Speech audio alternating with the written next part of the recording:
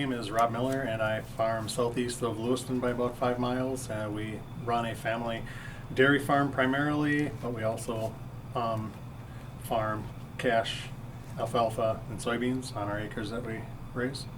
We grow triticale on all of our acres that we previously in the fall chop off as corn silage to feed the dairy. I hated seeing black dirt out there, so then we originally started growing it for erosion control, and then after that we started to dabble in feeding it to the cattle, and it found that if you do it right, it makes a very high quality feed. So now all of our acres that we chop corn silage off get fall seeded to triticale, and then in the spring we will chop the triticale off and then no-till soybeans into that ground. We kind of line it up with the weather because it is a grass, a high volume grass. It can be at times difficult to totally get dry, but we kind of eye it up with the weather, but then also growth stage of the triticale.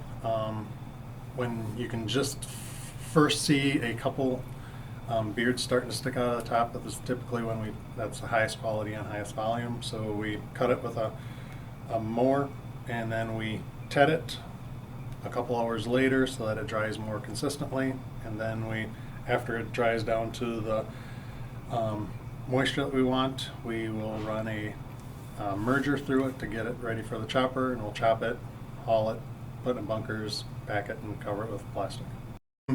It's higher in energy than alfalfa, but higher in protein than corn silage, so it kind of falls right down the middle of the two of them.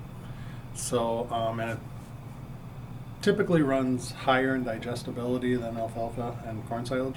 So we originally started feeding it to our heifers because we thought it was just going to be a heifer feed, but now almost all the triticale gets fed to the dairy cows.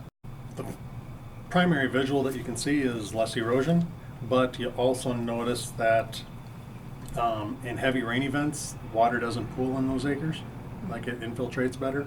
So I mean, you can definitely see a difference there, So I figure if water's going down instead of across down the waterway, it's good. That's a good thing.